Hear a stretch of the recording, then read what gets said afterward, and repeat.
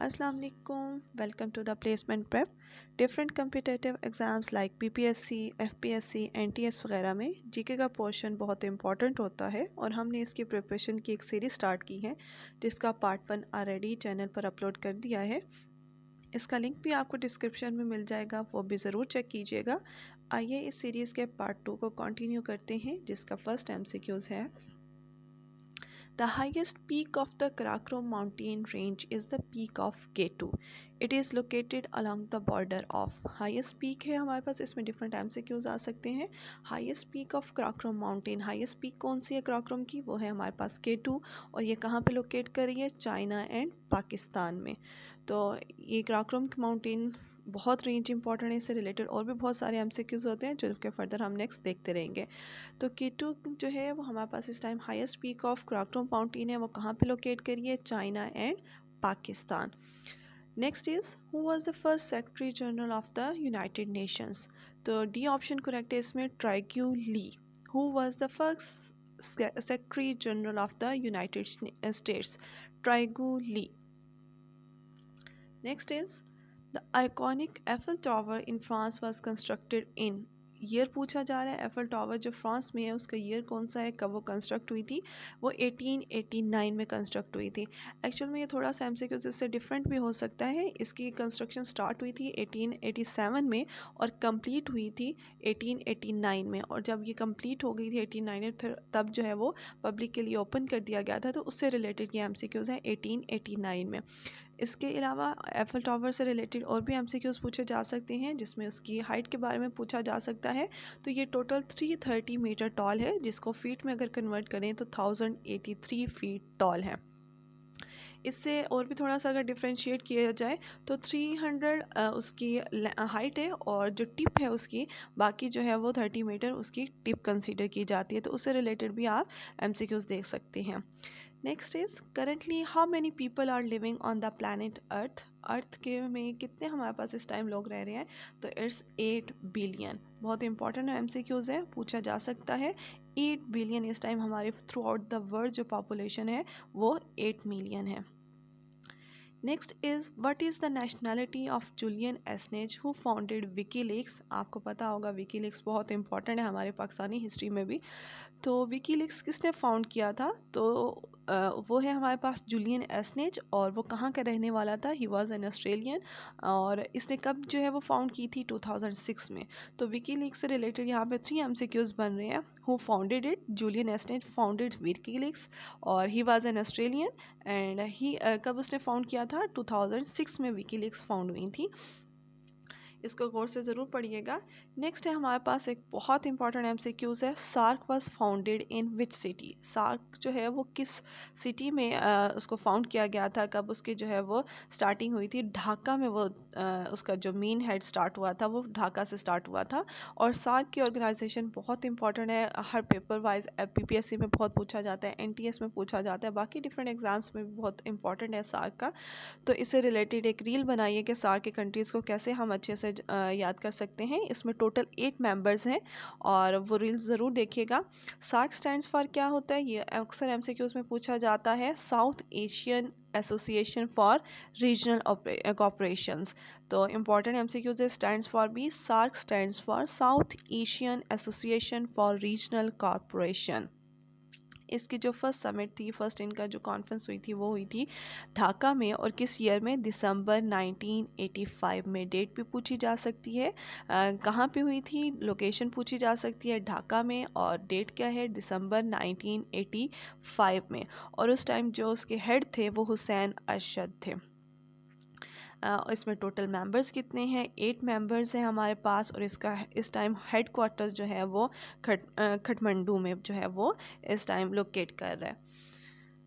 Countries के बारे में भी इंपॉर्टेंट MCQs पूछे जा सकते हैं, कौन कौन से कंट्रीज़ इन्वॉल्व हैं। तो 8 कंट्रीज़ इन्वॉल्व हैं, उनके नेम जो है वो रील में आपको मिल जाएंगे, वो ज़रूर देखिएगा। The next is the largest natural gas producer country in the world is, इस टाइम वर्ल्ड का जो लार्जेस्ट नेचुरल गैस प्रोड्यूसर है वो कौन सा है कंट्री, तो इसका करेक्ट ऑप्शन है हमारे पास US। US is the largest natural gas producer in the world. और इस टाइम समझा जाता है कि थ्रू आउट द वर्ल्ड 32% जो है वो ग्लोबल प्राइमरी एनर्जी कंजप्शन है वो यूएस ही के तरफ से आ रही है। And the Russian is the second largest producer. आपसे ये भी हमसे क्यों पूछा सकता है कि the second largest natural gas producer country in the world is Russia. First पे कौन सा है? यूएस, एंड सेकंड है हमारे पास रशिया। यूएस इस टाइम के 32% of global primary energy consumption provide कर रहा है। The next is among 14 8,000ers mountains, how many lies in the Himalayas? अब ये 14 8,000ers mountain कौन से हैं? ऐसे mountains जिनकी height जो है वो altitude जो है वो 8,000 मीटर से above है या 8,000 है। तो उसमें हमारे पास इस time country through out the world जो है वो 14 8,000 माउंटेन है टोटल पूछे जा सकते हैं, और जिसमें से 10 जो है वो हिमालय में पाए जाते हैं। तो इसी से रिलेटेड एमसीक्यूज पूछा जा रहा है। Among 14 8,000 mountain how many lies in the Himalayas?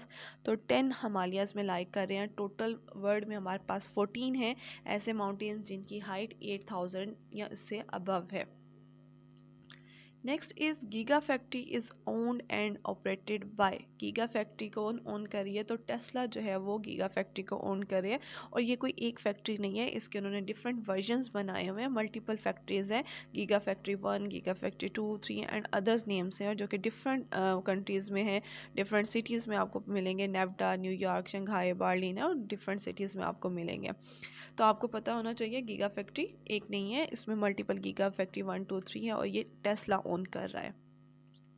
The next is the total height of Mount Everest is. The first जो हमारे पास highest mountain of the world है वो हमारे पास माउंट एवरेस्ट है, और उसकी जो हमारे पास हाइट है 8,848 मीटर। बहुत इंपॉर्टेंट एमसीक्यू से पूछा जाता है हमारे पास माउंट एवरेस्ट की हाइट कितनी है? 8,848 मीटर, और ये वर्ल्ड की हाईएस्ट माउंटेन है, और सेकंड जो है वो हमारे पास K2 है। The next is what is the longest glacier in the Karakoram and second largest longest in the world's non-polar areas? ये बहुत इंपॉर्टेंट MCQs हैं। इस पूरी स्लाइड में बहुत सारे इंपॉर्टेंट आपको MCQs मिलेंगे। इस टाइम लॉन्गेस्ट जो ग्लेशियर है हमारे पास वो सियाचिन ग्लेशियर है जो नॉन पोलर एरियाज में आ रहा है और कराकोरम में आ रहा है, और नॉन पोलर एरिया में ये सेकेंड नंबर पे आ रहा है। नॉन पोलर एरियाज में जो फर्स्ट है वो हमारे पास फेडजेंको ग्लेशियर है, और वो ताजिकिस्तान में पाया जाता है। अगर आप लिस्ट प्रॉपर आपको प्रोवाइड की गई है तो उसको ज़रूर देखिएगा। Longest non polar glaciers in the world है, फर्स्ट नंबर पे है फेडजेंको ग्लेशियर है, वो ताजिकिस्तान में है। Then second one is Siachen और ग्लेशियर है जो कि हमारे इंडिया और पाकिस्तान में पाया जा रहा है। देन हमारे पास ब्याफो ग्लेशियर है, वो भी पाकिस्तान में है। ब्रगन ग्लेशियर है, चिली में पाया जाता है। बाल्टोरो ग्लेशियर है, वो भी पाकिस्तान में। साउथ इंचेक ग्लेशियर है काज़ाकिस्तान और चाइना में, और बतौरा ग्लेशियर है पाकिस्तान में। तो हमारे पास ये काफ़ी सारे पाकिस्तान में नॉन पोलर एरियाज़ के जो ग्लेशियर्स हैं वो पाए जा रहे हैं।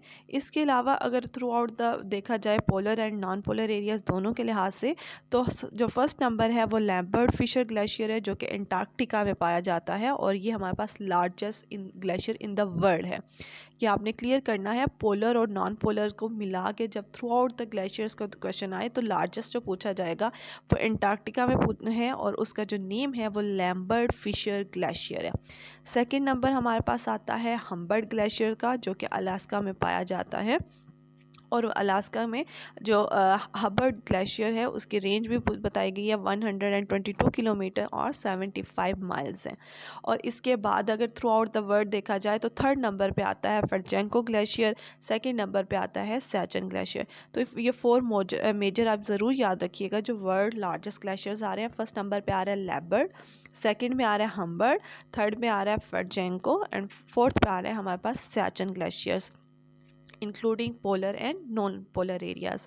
अगर जस्ट नॉन पोलर एरियाज का पूछा जाए तो उसमें फर्स्ट नंबर पे है फेडजेंको ग्लेशियर, सेकंड नंबर पे है सियाचिन ग्लेशियर। मेजर यही दो पूछे जाते हैं, और फेडजेंको ग्लेशियर ताजिकिस्तान में पाया जाता है और सियाचिन ग्लेशियर इंडिया और पाकिस्तान में। तो ये स्लाइड बहुत इंपॉर्टेंट है, इसको बहुत गौर से देखिएगा, बार बार जो है वो इसके पॉइंट ज़रूर रिकॉल कीजिएगा, इनकी लेंथ भी ज़रूर याद करें, और ये किस कंट्री में पाए जाते हैं इनका वो भी ज़रूर याद कीजिएगा। Next is which of one of the following is the longest cave in the world. तो हमारे पास जो करेक्ट ऑप्शन है मैमोथ केव है, और जो कि यूएस में हमारे पास पाई जाती है, longest cave in the world, mammoth cave US में। The next is which country has world's longest zip line? World's longest zip line इस टाइम हमारे पास UAE में है। The next is what is the name of longest bridge in the world? अब ये थोड़ा सा दोनों क्वेश्चंस को गौर से देखिएगा, डिफरेंस है इनमें। तो what is the name of longest bridge in the world? इस टाइम का लॉन्गेस्ट ब्रिज जो थ्रू आउट द वर्ल्ड है वो हमारे पास कौन सा है? वो है जी हमारे पास बी ऑप्शन करेक्ट है, the Danyang Kunshan grand bridge in China, जिसकी हमारे पास लेंथ है 1,64,800 मीटर, जिसको अगर माइल्स में कन्वर्ट करें तो 120 माइल्स है। चाइना का में इस टाइम का हमारे पास लॉन्गेस्ट ब्रिज है। The next MCQs है the world's longest sea bridge Zhuhai Macau linking. वो किस किस को लिंक कर रहा है? ज़ोहाई मकाओ लिंक कर रहा है हांगकांग को और चाइना को। अब ये डिफरेंट है, हमारे पास लॉन्गेस्ट सी पे जो ब्रिज बना हुआ है, जो लॉन्गेस्ट सी ब्रिज है वो किन दो को लिंक कर रहा है? दो कंट्रीज़ को, हांगकांग और चाइना को लिंक कर रहा है, और उसका नेम क्या है? ज़ोहाई मकाओ है हमारे पास। और इसकी जो टोटल लेंथ है हमारे पास वो 55 किलोमीटर्स है, जिसको माइल्स में कन्वर्ट किया जाए ये 34 माइल्स बनती हैं। ये सीरीज क्या है? सी से जो है ब्रिज पे कन्वर्ट हो रहा है, तो इसमें 3 केबल स्ट्रेट ब्रिजेस हैं, एक अंडर सी टनल है और 4 आर्टिफिशियल आइलैंड्स हैं, और इन सब को जो है वो कवर कर रहा है। तो ये बहुत इंपॉर्टेंट एमसीक्यूज है, इसको ज़रूर देखिएगा। The next is the country with longest coastline in the world is Canada. Again समझिएगा, the country with longest coastline in the world is Canada. Next MCQs is which is the longest railway platform in the world? इस time world में longest platform कौन सा है? तो अगर MCQs देख रहे हैं जो हमें ऑप्शंस दी गई हैं उसमें डी ऑप्शन करेक्ट है, गोरखपुर इंडिया में है, और जो कि उत्तर प्रदेश में है। 1366 मीटर उसकी लेंथ है, जो कि फीट में अगर कन्वर्ट किया जाए तो 4482 है। तो ज़रा ये गौर से देखिएगा, ये जो ऑप्शंस हमें दी गई हैं इस ऑप्शंस में जो है वो हमारे पास डिफरेंट है गोरखपुर इंडिया में। अब अगर देखा जाए अभी जो रिसेंट है तो उसमें Hubli railway station first number पे आ चुका है, जिसकी हमारे पास टोटल लेंथ है 1.5 किलोमीटर्स। तो इसको गौर से ज़रूर देखिएगा, ये बहुत इंपॉर्टेंट एमसीक्यूज है, आपने ऑप्शंस को देखना है। इससे पहले जो हमें ऑप्शंस दी गई हैं, ऑप्शंस में हमारे पास हुबाली रेलवे नहीं दिया गया, तो बाकी के साथ जब उसका कंपैरिजन किया जाए तो डी ऑप्शन करेक्ट है, गोरखपुर इंडिया। और अगर हमारे पास हुबाली रेलवे स्टेशन की ऑप्शन होगी तो हम हुबाली रेलवे स्टेशन को देंगे, क्योंकि अब वो आ चुकी है फर्स्ट नंबर पे। तो इंडिया में दोनों इंडिया में पाए जा रहे हैं जो इस टाइम के लॉन्गेस्ट रेलवे प्लेटफॉर्म है। फर्स्ट नंबर पे हुबाली रेलवे स्टेशन है and second number is Gorakhpur India है। तो ऑप्शंस को आपने बहुत गौर से देखना है। Then next is which of the following country is the smallest by area? हमारे पास इस टाइम कंट्री जो ऐसा कौन सा कंट्री है जो बाय एरिया स्मॉलेस्ट है? तो वेटिकन सिटी है हमारे पास इस टाइम स्मॉलेस्ट सिटी है। Which is world's smallest underground lake? इस टाइम अंडरग्राउंड लेक जो है वो कौन सी है जो कि through out the world smallest है? तो मोकाओ वेल कहा जाता है, या मोका वेल कहा जाता है उसका। Then next is which is the smallest ocean of the world? इससे रिलेटेड पहले भी हम एक MCQs पढ़ चुके हैं। इसका करेक्ट ऑप्शन है which is the smallest ocean of the world is Arctic. Arctic हमारे पास इस टाइम स्मॉलेस्ट ओशन है। इसी से रिलेटेड एक और MCQs बन सकता है which is the largest ocean of the world। तो लार्जेस्ट ओशन है हमारे पास Pacific ocean. Largest ocean of the world is Pacific ocean and the smallest ocean of the world is Arctic ocean. Then next is the world's highest mountain is Mount Everest। हम पहले इससे related MCQs पढ़ चुके हैं। The world highest mountain is Mount Everest और the second highest mountain is K two. इस time हमारे पास केटो जो है वो सेकंड नंबर पे आ रही है। उसी से रिलेटेड अब पूछा जा सकता है ये कहाँ पे लाई करती है? ये कराकोरम में लाई कर रही है और रेंज में, और उसकी जो बॉर्डर किससे मिलता है? चाइना एंड पाकिस्तान से मिलता है। और अगर माउंट एवरेस्ट से रिलेटेड पूछा जाए तो माउंट एवरेस्ट इस टाइम चाइना और नेपाल में लोकेट करता है। Then next is Yangtze River is the longest river that entirely flows in one country. It flows in China. ये कहाँ पे फ्लो कर रहा है? चाइना में लॉन्गेस्ट रिवर दैट फ्लोज। इससे रिलेटेड एमसीक्यूज पूछा जा सकता है एक और, कि ऐसा कौन सा कंट्री है ये लॉन्गेस्ट रिवर जो एक ही कंट्री में फ्लो कर रहा है, तो इट्स यंगजे रिवर। ऐसा वर्ल्ड में और बहुत कम ऐसे रिवर्स हैं जो एक ही कंट्री में फ्लो कर रहे हैं। तो जिस इस टाइम का वर्ल्ड का लार्जेस्ट है और लॉन्गेस्ट है वो यंगजे रिवर है जो कि हमारे पास चाइना में है। Next is the city of Samarkand is located in. City of Samarkand कहाँ पे लोकेट करा है? उज्बेकिस्तान में, और बहुत इंपॉर्टेंट सिटी है, हिस्टोरिकल प्लेस है, और इंडिया और चाइना की ट्रेडिंग यहाँ पे हुआ करती थी। The next is the world's oldest tennis venue is. इस टाइम बहुत फेमस है, अभी भी बहुत चल रहा है, इसमें विंबलडन है वर्ल्ड्स ओल्डेस्ट टेनिस वेन्यू, जब यहाँ पे अभी भी गेम्स प्ले की जाती है और ओलंपिक उनके और डिफरेंट जो है वो इंपॉर्टेंट गेम्स वहाँ पे प्ले होती हैं। Next is what was the old name of Sri Lanka. Sri Lanka का ओल्ड नेम क्या है? तो डिफरेंट ऑप्शंस दी गई हैं, सारी की सारी जो है वो ओल्ड नेम्स है। सरंडिप है, साइलन है, लंका डिपा है। तो श्रीलंका के बहुत सारे डिफरेंट नेम्स हैं, ओल्ड नेम्स हैं, और श्रीलंका अपनी नेम जो है वो काफ़ी दफ़ा चेंज कर चुका है। तो इस टाइम हमारे पास सिरिंडिप, साइलन, लंका डीपा, ये तीनों उसके ओल्ड नेम्स है। और जो कि सबसे ओल्डेस्ट अगर पूछा जाए तो बी ऑप्शन है, उसमें साइलन जो है वो इस टाइम उसका सबसे ओल्डेस्ट और फर्स्ट नेम है जो कि पहले रखा गया था। उसके बाद डिफरेंट टाइम्स में उसके जो है वो डिफरेंट नेम्स रखे गए थे, और अभी उसको श्रीलंका के नाम से जाना जाता है। The next is the Order of Rising Sun is highest military award of। ये किसका मिलिट्री अवार्ड है? जापान। डिफरेंट मिलिट्री अवार्ड्स के नेम जो है वो एमसीक्यूज में पूछे जाते हैं, बहुत इंपॉर्टेंट है पीपीएससी में, हमारे पाकिस्तान के भी, और ओवरऑल जो फेमस मिलिट्री अवार्ड्स हैं वो भी पूछे जाते हैं। तो ये मिलिट्री अवार्ड्स के एमसीक्यू ज़रूर देखिएगा। The order of rising sun is highest military award of, किसका? ये जापान का है। और इसी से एक और एमसीक्यूज बनता है, किस कंट्री को राइजिंग सन कहा जाता है? तो जापान को भी राइजिंग सन ही कहा जाता है। The next is Blue Mountains are located in. Blue Mountain कहाँ पे लोकेट कर रहे हैं? तो ये ऑस्ट्रेलिया में लोकेट कर रहे हैं। Next is world's largest salt mine is Sifto salt mine, और it is located in Canada. यहाँ पे डिफरेंट एमसीक्यूज बन सकते हैं। लार्जेस्ट साल्ट माइन कौन सी है? वो हमारे पास सिफ्टो साल्ट माइन है। कहाँ पे लोकेट करी है? It is located in Canada. तो यहाँ पे दो एमसीक्यूज हैं, कोर्स से ज़रूर पढ़िएगा। वर्ल्ड्स लार्जेस्ट माइन का नेम क्या है हमारे पास? सिफ्टो साल्ट माइन, और ये लोकेट कहाँ पे करी है? कनाडा में। The next is in terms of population which is the largest country in the world। तो चाइना इस टाइम हमारे पास लार्जेस्ट कंट्री है, सेकंड पे इंडिया का है। Next is what is the national game of Pakistan. Pakistan की नेशनल गेम कौन सी है? ये हमें पता होना चाहिए सबको। हॉकी हमारी नेशनल गेम है। डिफरेंट ऑप्शंस दी गई हैं, उसमें टेनिस देखा जाए तो टेनिस चाइना का नेशनल गेम है। क्रिकेट इस टाइम वर्ल्ड के किसी भी कंट्री का जो है वो नेशनल गेम नहीं है। और डी ऑप्शन देखा जाए आर्चरी किसका है? तीरंदाजी भूटान का जो है वो हमारे पास नेशनल गेम है। हॉकी से रिलेटेड और एमसीक्यूज देखे जाएं तो अभी 2004 में ही सितंबर के मंथ में एशियन चैम्पियन ट्रॉफी 2004 हो रही थी, जो कि इसका 8th एडिशन था, और ये चाइना में हुई थी, जिसमें का विनर था हमारे पास इंडिया, सेकंड पोजीशन थी चाइना की, और थर्ड पोजीशन में पाकिस्तान था। पाकिस्तान ने थर्ड पोजीशन हासिल की थी, साउथ कोरिया को डिफीट करके, साउथ कोरिया को हरा के 5-2 से हराया था, और ये इनका मैच हुआ था 17 सितंबर 2024 में। तो इससे रिलेटेड करंट अफेयर से रिलेटेड भी ये एमसीक्यूज बन सकते हैं। सो आपको पता होना चाहिए कि इस टाइम एशियन चैम्पियन ट्रॉफी 2024 हुई है। ये एशियन चैम्पियन ट्रॉफी का 8th एडिशन था, जिसका विनर कौन था? इंडिया था। सेकंड पोजीशन थी चाइना की, थर्ड पोजीशन थी पाकिस्तान की। और ये चाइना में एशियन चैम्पियन ट्रॉफी 2024 हुई थी, और कब स्टार्ट हुई थी? ये 8 to 17 सितंबर 2024 को हुई थी। पाकिस्तान ने थर्ड पोजीशन कैसे रैंक की थी? By defeating south Korea. कितने गोल्स के साथ डिफीट किया था? 5-2 के साथ। और कब ये मैच हुआ था? 17 सितंबर 2024 को।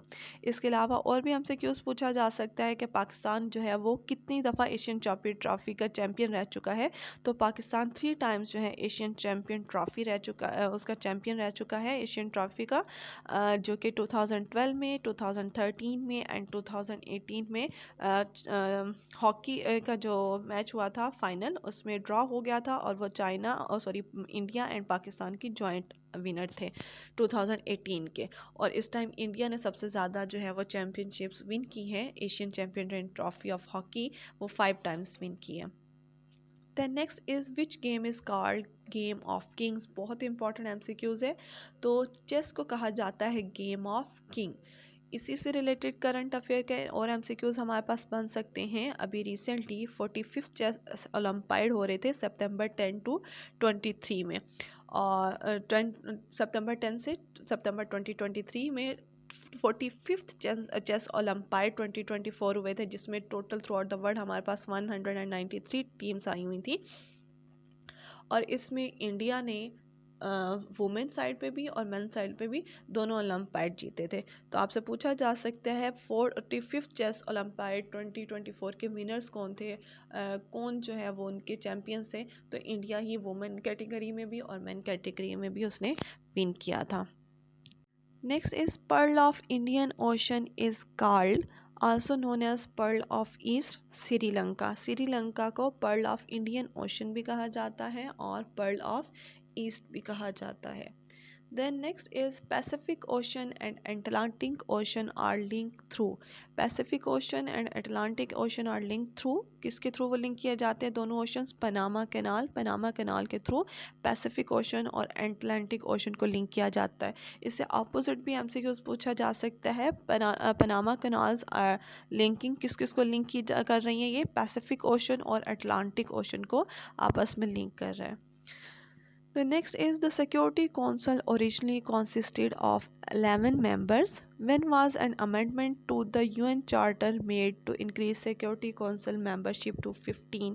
तो कब जो है वो अमेंडमेंट की थी, कब चेंजिंग किया था कि ओरिजिनल मेंबर 11 है लेकिन हम इसको 15 तक लेके जा सकते हैं? तो ये 1965 में ये चेंजिंग्स हुई थी, जिसमें 11 से 15 मेंबर्स जो है वो बढ़ा दिए गए थे, जिसमें 5 हमारे पास परमानेंट मेंबर्स होते हैं और 10 जो है वो नॉन परमानेंट होते हैं, जिनको 2 इयर्स के लिए दोबारा से जो है वो हायर किया जाता है।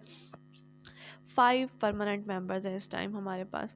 और इसकी जो प्रेसिडेंसी है, वो जो प्रेसिडेंट होता है वो हर मंथ के में चेंज हो रहा होता है, every 1 month according to their alphabetical names जो है वो ऑर्डर के अकॉर्डिंग उनकी प्रेसिडेंसी चेंज हो सकती है, हो रही होती है। तो काइंडली इससे रिलेटेड एमसीक्यूज ज़रूर याद कीजिएगा, पेपर में ज़रूर पूछे जाते हैं। The next is gulf corporation council, जिसको GCC के नाम से भी देखा जाता है, वॉज ओरिजिनली फॉर्म्ड बाय, इन्होंने फॉर्म की थी Bahrain, Kuwait, Oman, Qatar, Saudi Arabia and United Arab अमारात। 6 मेंबर्स हैं और ये कब फाउंड हुई थी? 25 मई 1981 में। और कितने ईयर्स हो चुके हैं इस टाइम? 43 ईयर्स हो चुके हैं तब ये गल्फ कॉरपोरेशन हो चुके हैं। सब ये एक ही ला के अंडर वर्क कर रहे हैं, Bahrain, Kuwait, Oman, Qatar, Saudi Arabia and United Arab अमारात। ये अरबी जो कंट्रीज़ हैं, इन्होंने अपने 6 मेंबर्स का एक ग्रुप बनाया था, किसके अंडर? गल्फ कॉरपोरेशन काउंसिल के अंडर। कब? 25 मई 1981, 43 years ago. The next is the highest mountain range of the world is known as। इस टाइम की जो highest mountain range है वो कौन सी है? वो है हमारे पास the Himalayas.